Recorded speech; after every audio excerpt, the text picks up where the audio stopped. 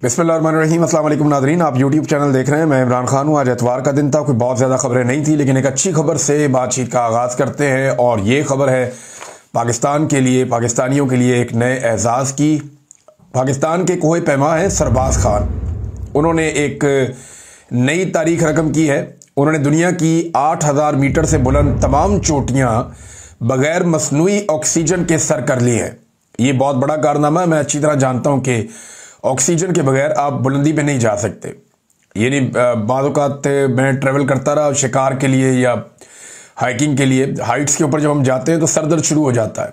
आपको वहाँ thin oxygen होती है, तो आप ऑक्सीजन के बगैर गुजारा नहीं कर सकते। लेकिन मसनूई ऑक्सीजन के बगैर सरबाज अली ने यह कारनामा सर अंजाम दिया, और ये पाकिस्तान के पहले कोहे पैमा है जिन्होंने ये काम किया। और ये ज़बरदस्त कारनामा है। पाकिस्तानियों को मुबारकबाद, सरबाज अली को मुबारकबाद। अल्लाह ताला आपको और कामयाबी अता फरमाए। आप पाकिस्तान के लिए और एजाज़ भी जीत कर लाएं और कामयाब रहें। नाज़रीन, इमरान खान साहब बाहर आ रहे हैं, नहीं आ रहे, रोज़ाना इसी के ऊपर बात करते हैं। जुल्मे खलीलजाद ने भी इसके ऊपर बात की है, डोनाल्ड ट्रंप के साथी हैं। इन्होंने इसके ऊपर 2 ट्वीट्स किए हैं। एक ट्वीट में उन्होंने वो बात की जो खबर उन तक पहुंची है। दूसरे ट्वीट में उन्होंने अपना एनालिसिस किया और बताया कि ये भी चीजें पता चल रही हैं, और अगर ये हो जाता है तो नतीजा क्या निकलेगा। लेकिन सबसे पहले आप जुल्मे खलीलजाद को देखें। वो ये कहते हैं कि there are reports that Imran Khan will be released soon, कि रिपोर्टें आ रही है कि इमरान खान को जल्दी छोड़ दिया जाएगा। मैं उम्मीद करता हूं कि ये रिपोर्टें सच्ची हूं। पाकिस्तान को जो है इससे फायदा पहुंचेगा इमरान खान साहब को रिहा करने से, पाकिस्तान के अंदर भी और पाकिस्तान से बाहर भी। और ये बड़ा हसास वक्त है, पाकिस्तान को इससे फायदा होगा, और ये बेहतरीन चीज़ है जो पाकिस्तान को करनी चाहिए। ये है जी एक ट्वीट। दूसरे में उन्होंने कुछ खदशात का इजहार किया, जिसके बारे में मैं भी बात कर रहा था। और मेरी इत्तला के मुताबिक ऐसा कुछ नहीं होना जा रहा। पाकिस्तान की मिलिट्री एस्टेब्लिशमेंट किसी सूरत भी इमरान खान को अभी रिहा नहीं करेगी, मुझे ऐसा लगता है। ये नहीं, अगर कोई उनके दिमाग में कोई अक्ल आ जाए या उन्हें लगे कि यार ठीक है बस बहुत हो गई है, तो फिर तो छोड़ देंगे। लेकिन बज़ाहिर जो दिखाई दे रहा है उसमें कुछ ऐसा लगता नहीं है। और ये मैं आपको अपनी असेसमेंट बता रहा हूं, कोई खबर नहीं दे रहा। मुझे ये लगता है कि मिलिट्री एस्टेब्लिशमेंट इमरान खान को इतने आराम से नहीं छोड़ेगी। वजह यह है कि वो इमरान खान को या इमरान खान की सोच को या उसकी पॉपुलैरिटी को अपने लिए खतरा समझते हैं। अब ये जुल्मे खलीलजाद ने जो दूसरा ट्वीट किया उसमें उन्होंने ये कहा कि इमरान खान साहब की जो मुमकिना रिहाई है, इसका एक और नुक्ता नज़र भी है या एक और पहलू भी है। और वो ये है कि फौज को भारत के साथ जो अभी कुछ कामयाबी मिली है उसकी वजह से वो अपने आप को मजबूत महसूस कर रही है। और इस तरह मिलिट्री एस्टेब्लिशमेंट जो है वो इस नतीजे पर पहुंची है कि जमहूरियत या पाकिस्तान तरीके इंसाफ की तरफ कोई मुस्बत काम करने की ज़रूरत ही नहीं है। यानी तरीके इंसाफ और जमहूरियत के लिए कुछ करने की ज़रूरत नहीं है। यहाँ अल्लाह ताला ने कामयाबी जो पाकिस्तान की एयरफोर्स को दी है, उससे फौज ने खुद को मजबूत महसूस किया है। मैं पिछले वीलॉग में ये बात भी कर रहा था कि एक रिलीफ मिला है पाकिस्तान की मिलिट्री एस्टेब्लिशमेंट को, और यहाँ वो फैसला कर सकते हैं कि उन्होंने अब अक्लमंदी वाले रास्ते पे जाना है या उसी रास्ते पे चलना है जिस पे वो 3 साल से चल रहे थे। वैसे उसी रास्ते पे चलेंगे तो उसी तरह का नतीजा होगा जैसा पहले हुआ था। और हर बार ये नहीं होगा कि पाकिस्तानी कौम जो है वो गैर मशरूत तौर पर आगे साथ खड़ी हो जाएगी। देखिए, इंडिया के साथ जब भी लड़ाई होगी तो कौम आपके साथ खड़ी होगी, ये तो बात सच है। कौम को खड़ा होना पड़ेगा। लेकिन क्या बाकी मामला खत्म हो जाएंगे सारे? मिलिट्री एस्टेब्लिशमेंट, फौज और अवाम के बीच में जो एक दूरियां हैं, ये खतरनाक हद तक फिर बढ़ती चली जाएंगी। बहरहाल उन्होंने कहा जी कि कोई अगर जरूरत नहीं है, एस्टेब्लिशमेंट ये समझ रही है और इस तरह का कोई फैसला कर लिया गया है, तो ये दूरंदेशी नहीं है। इससे जो है वो काम खराब हो जाएगा और कौमी इत्तेहाद जो है उसको भी, और बाकी चीज़ों, पोलराइजेशन पाकिस्तान में बढ़ेगी, मईशत को भी नुकसान पहुंचाती रहेगी ये चीज़। तो ये 2 ट्वीट्स हैं जुल्मे खलीलजाद की। एक में उन्होंने कहा जी कि अगर तो इमरान खान को छोड़ने का फैसला हुआ तो बिल्कुल ठीक फैसला है, पाकिस्तान को इसका फायदा होगा। और अगर ये सोच लिया गया है कि जनाब ये इंडिया से एक लड़ाई जीत ली है और इसमें अब ज़रूरत नहीं है इमरान खान को या पीटीआई को छोड़ने की, कोई रिलीफ मिल गया है मिलिट्री एस्टेब्लिशमेंट को, तो ये फैसला देर पा नहीं होगा, इसका नुकसान होगा, मईशत को भी होगा, मुल्क को भी होगा। ये लुब्बे लुबाब है जुल्मे खलीलजाद की 2 ट्वीट्स का। और देखें, इमरान खान को मैं जो कहता हूं कि नहीं छोड़ने का मामला रखते हैं, तो DGISPR को जब मैंने सुना वहां से मुझे कुछ आइडिया हुआ। फिर मैंने जो सेल्स हैं उन्हें एक्टिवेट होते हुए देखा। यानी वो नून लीग का मीडिया सेल जो बिल्कुल खामोश था जंग के दौरान, उन्हें मैंने देखा कि एकदम से वो फतवे लेकर मार्केट में आ गए, और जो सोशल मीडिया आपका टाउट सोशल मीडिया है जो एस्टेब्लिशमेंट के साथ जुड़ा रहता है, उसको हम देखते हैं, हमें आइडिया हो जाता है, वो भी फतवे लेकर मैदान में आ गए। फिर कुछ ऐसे चैनल जो चलाए जाते हैं, पाकिस्तान की मिलिट्री एस्टेब्लिशमेंट की ज़ेर निगरानी एजेंसियां उनको चलाती हैं, वो चैनल्स भी एक खास किस्म का बयानिया लेकर चल रहे थे। ये सारी चीजें बता रही हैं कि ये एक धोखा दिया जा रहा है कि शायद कोई मामला तय हो रहे हैं, कोई मुज़ाकरात हो रहे हैं, कोई इमरान खान की रिहाई होने वाली है। मुमकिन है इमरान खान साहब की रिहाई हो जाए, ये मुमकिन भी है, लेकिन साथ साथ ये एक धोखा भी है। देखिए, मैं जब कहता हूं ना मुमकिन भी है, तो कोई एक इवेंट चीजों को बदल सकता है। इदारे के अंदर भी अलग अलग तरह की सोच है ना। एक वो लोग हैं जो बेनिफिशियरी हैं मौजूदा रिजीम के। इस इदारे के अंदर कुछ लोग ऐसे हैं जो टॉप की आदत है, जो मौजूदा रिजीम की बेनिफिशियरी है। उन्हें लगता है जब तक ये सेटअप चलता रहेगा, हमारा काम धंधा चलता रहेगा, कोई मसला ही नहीं है। कुछ ऐसे हैं जो कहते हैं बस बहुत हो गई यार, बस कर दो। एक पॉलिटिकल पार्टी को या पाकिस्तान की आवाम को और कितना कुचलना है, मुल्क के सबसे मकबूल लीडर के साथ और कितनी ज्यादती करनी है। तो ये दो तरह की सोच है। अब इसके बीच में मुकाबला है। जब एस्टेब्लिशमेंट के अंदर ये सोच गालिब आ जाएगी कि हमने भाई वापस जाना है, वापस बैरक्स में जाना है, हमने बॉर्डर पे जाना है, बैरक में जाना है, हमने ये काम नहीं करना जो गंदा काम है, जो हमारा है ही नहीं, तो उस वक्त इमरान खान साहब भी बाहर आएंगे, चीजें ठीक हो जाएंगी। लेकिन अगर दूसरी तरफ की सोच गालिब रहती है कि हमें अपना मफाद चाहिए और इमरान खान को और पीटीआई को ऐसे ही हमने दबाते रहना है और मौजूदा रजीम हमें फायदा दे रहा है तो इस फायदे के साथ चलना है, तो फिर ये स्टेटस को जारी रहेगा।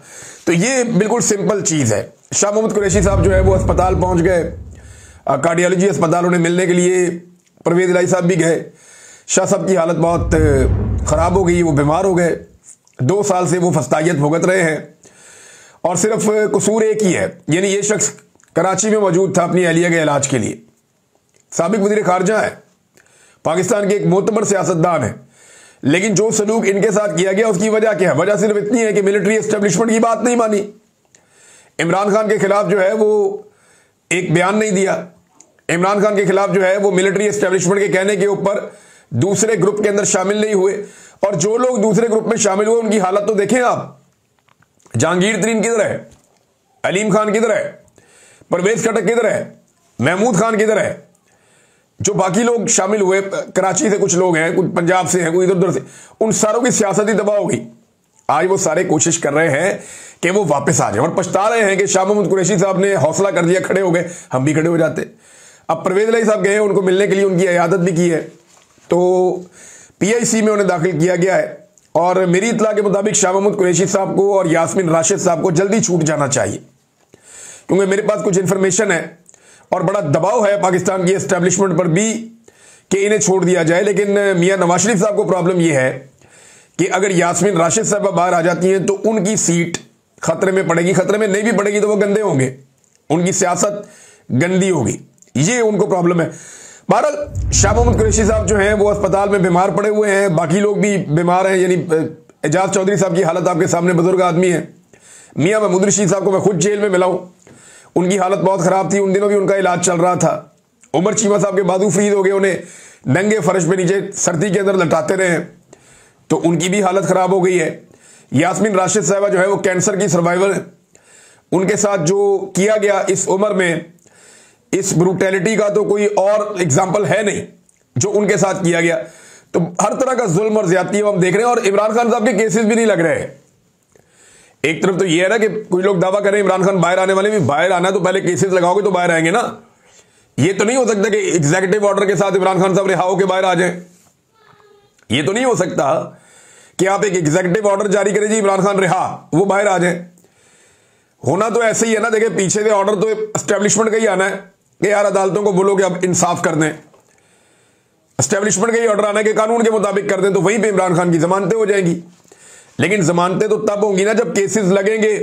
ये खालिद यूसुफ चौधरी साहब ने अभी क्लेम किया है दोबारा कि जो इमरान खान साहब के केसेस हैं वो बदस्तूर नहीं लग रहे। अगले हफ्ते के लिए भी अभी तक किसी कॉज लिस्ट के अंदर इमरान खान साहब का नाम नहीं आया। तो जो अपीलें इमरान खान साहब ने की हुई हैं अपने केसेस के खिलाफ, वो अपीलें ही नहीं लग रही हाई कोर्ट के अंदर। अपील लगेगी तो इमरान खान साहब बाहर आएंगे। तो ये भी कहानी है। अभी तक जब मैं आपसे बात कर रहा हूं, जितना मैंने सुना या जितनी चीजें मैंने पढ़ी हैं उसके मुताबिक तो फिलहाल ये कहानी है। नाज़रीन, शाहिद अफरीदी साहब पे पाकिस्तान में बहुत तनकीद हो रही है। उन्होंने आर्मी चीफ साहब को चूम लिया। तो भाई, जब आर्मी चीफ साहब को कोई एतराज़ नहीं है चूमने पे, तो बाकी लोगों को क्या एतराज़ है कि वो शाहिद अफरीदी साहब पे तनकीद करें कि क्यों चूमा है उन्होंने। भाई, वो अपनी इंडिविजुअल कैपेसिटी में कुछ भी करें, उन्हें ये करने का हक है।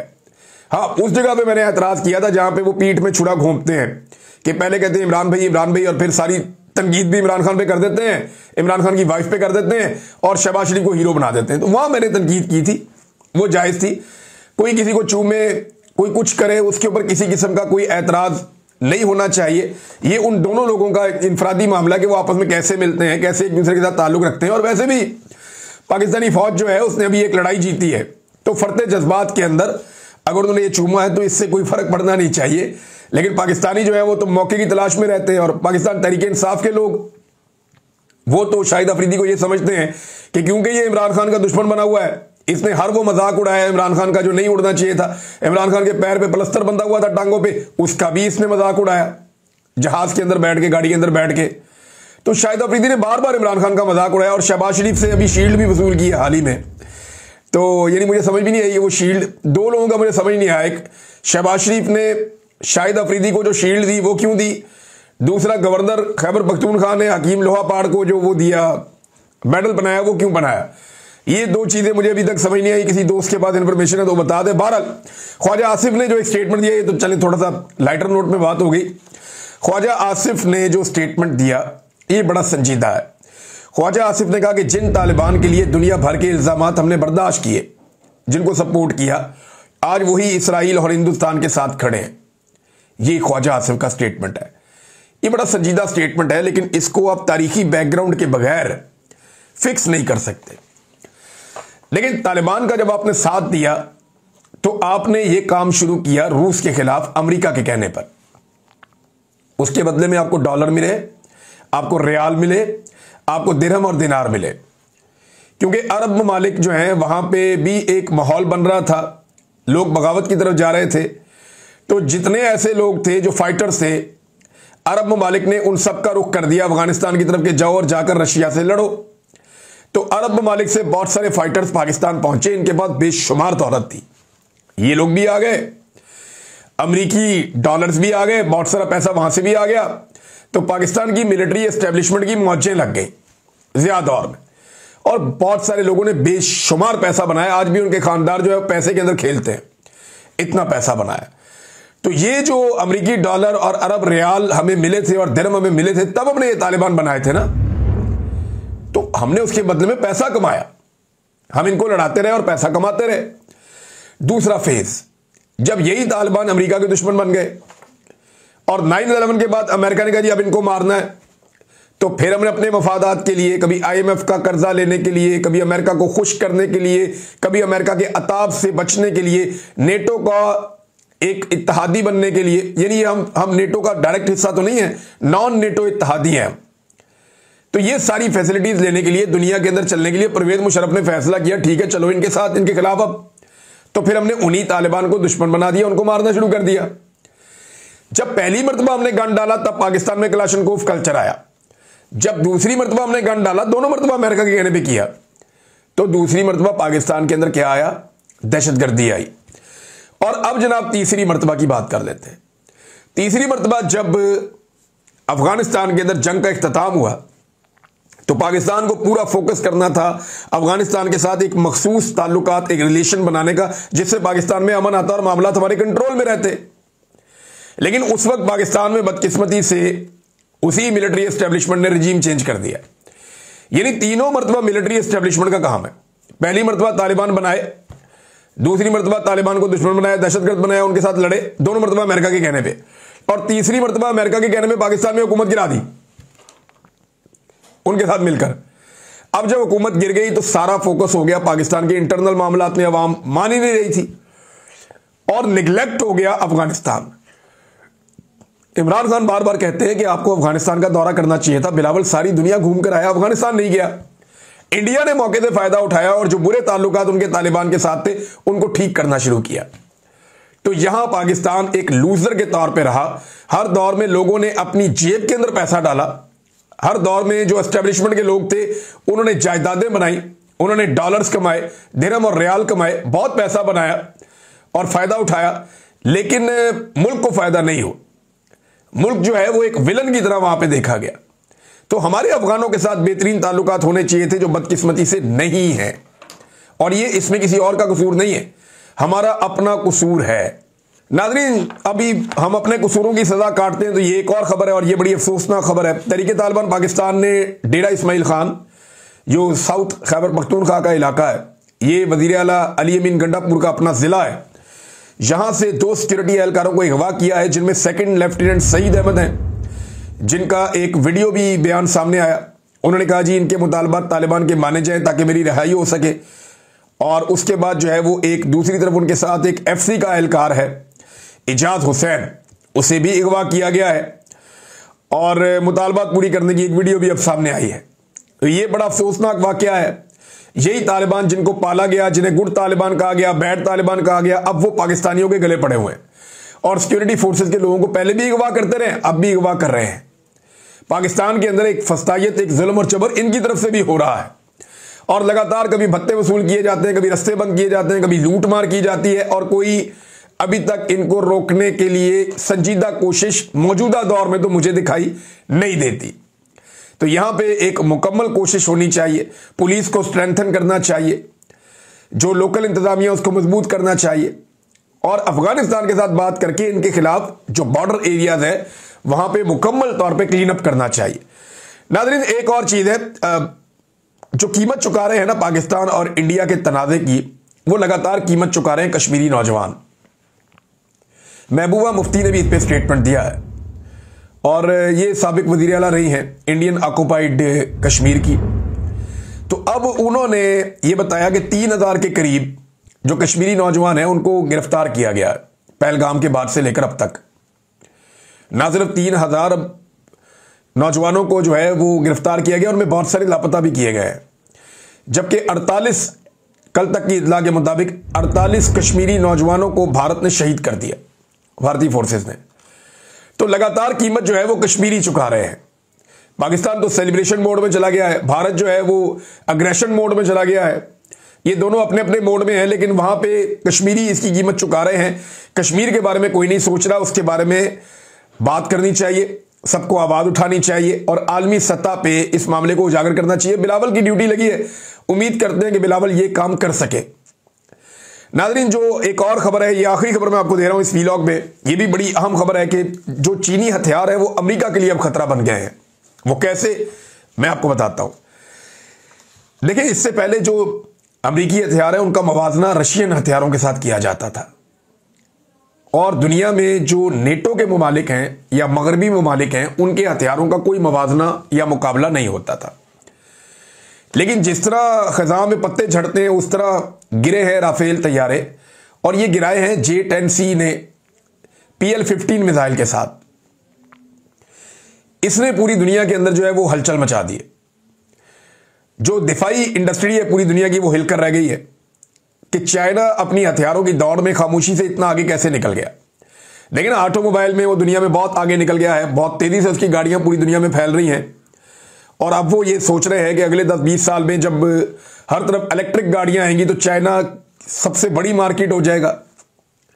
फिर इसी तरह चाइना जो है वो IT के अंदर या आर्टिफिशियल इंटेलिजेंस में या इंफ्रास्ट्रक्चरल डेवलपमेंट जो है उनमें, यानी दुनिया के हर शोबे के अंदर चाइना आगे जा रहा था। अब दिफाई नुक्ता नजर से उसने दुनिया को सरप्राइज कर दिया इस लड़ाई में, और अब जो चाइना का मवाजना है वो अमेरिकी हथियारों के साथ किया जा रहा है कि किसी और के हथियार चाइना के हथियारों का मुकाबला नहीं कर रहे हैं। अमेरिकी हथियारों के साथ जब आप मवाजना करते हैं चाइना के हथियारों का, तो F-16 अमेरिका का एक ऐसा तैयारा है जो सारी दुनिया खरीदती है, तो F-16 से बेहतर करार दिया जा रहा है J-10C को। जबकि जो अमेरिका का दुनिया का नंबर 1 तैयारा है, जो महंगा तरीन तैयारा अमेरिका बेचता है, वो है F-35। ये इस वक्त अमेरिकन फौज के ज़रिए इस्तेमाल है और वो ये कहते हैं कि ये नंबर 1 तैयारा। अब F-35 के मुकाबले में J-35 एक ऐसा तैयारा चाइना लेकर आ रहा है जो 5th जनरेशन तैयारा है और जो मॉडर्न लड़ाई है एयरफोर्स की उसके अंदर वो सारी काबिलियत रखता है, बल्कि उसके पास कुछ इजाफी खूबियां हैं जो अमेरिकन तैयारे के पास नहीं है। तो अब दिफाई नुक्ता नजर से जो चाइना की इंडस्ट्री है वो अमेरिका की इंडस्ट्री के लिए और मगरबी ममालिक की इंडस्ट्री के लिए खतरा बन गई है। और ये बात जर्मनी ने भी कह दी है कि इस मैदान में अब आप इस तरह चाइना का मुकाबला नहीं कर सकते, अमेरिका को और दुनिया को कुछ नया करना पड़ेगा। यहां पे देखें ना, जो एक नया इत्तेहाद बन सकता है, मैं बहुत अरसे से उसके बारे में बात करता चला आया हूं कि चाइना, रशिया, पाकिस्तान और बाकी आसपास के खित्ते के तमाम ममालिक, सेंट्रल एशियन ममालिक या जो यूरोपीय ममालिक हैं फर्दर वो भी साथ शामिल हो जाएंगे, क्योंकि यूरोप का जो है वो डिस्टेंस चाइना से या एशिया से इतना ज्यादा नहीं है। यहां से आप ईरान के रास्ते जा सकते हैं, तुर्की के रास्ते जा सकते हैं, जमीनी और समुद्री रास्ते इख्तियार किए जा सकते हैं। तो ये एक अलायंस मैं माजी में भी बताता रहा हूं कि सेंट्रल एशियंस, ईस्ट एशियंस, ये सारे मिलके एक बड़ा अलायंस बना सकते हैं। लेकिन यहां पे रुकावट सिर्फ एक मुल्क है, जो भारत है। अगर भारत होश के नाखून ले तो इस खित्ते में आबादी भी सबसे ज्यादा है, मैन पावर भी सस्ती है, मार्केट भी सबसे बड़ी है और टेक्नोलॉजी भी बहुत तेजी से आगे बढ़ रही है, जबकि वसाइल भी कुदरती बहुत ज्यादा है। अगर ये एक पूरा इत्तेहाद बन जाए तो यूरोप को और मगरिब को ये 2 दहाइयों में पीछे छोड़ सकता है। लेकिन उसके लिए भारत को जो है वो मुस्बत किरदार अदा करना पड़ेगा। अब तक के लिए इतने, अपना ख्याल रखिएगा, अपने इस चैनल का भी। अल्लाह हाफिज।